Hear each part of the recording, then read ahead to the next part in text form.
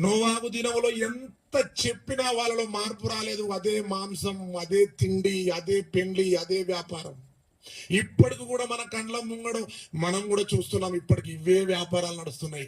యేసుక్రీస్తు రెండో రాకడ కూడా అదే జరుగుతుంది. అక్షరాల సత్యం బ్రతుకుంటే చూస్తాం.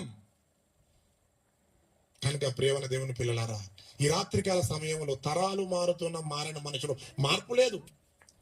మిగతా అన్ని విషయాల్లో మారిండు మనిషి. ప్రతి దానిలో మారిండు. మాట చేంజ్ చేసిండు, స్టైల్ గా మాట్లాడడం నేర్చిండు, బట్టలు వేసుకుండు, ఇంట్లోకి వెళ్తే ఏసీలు, ట్రిపుల్ బిల్డింగ్స్, ఆస్తులు చెప్పుకోదగ్గ సంపాదించుకుంటుండు. కానీ తన మనస్సును మార్చుకుని దేవుని కొరకు పుట్టాను, భూమి మీదకి వచ్చాను, నాకు ఇవ్వబడిన ఈ ఆయుష్కాలంలో దేవునికి పని చేసి తిరిగి వెళ్ళాలి. తరముల నుండి మాకు నివాస స్థలము నీవే దేవా అన్న మానవుడు లేడు.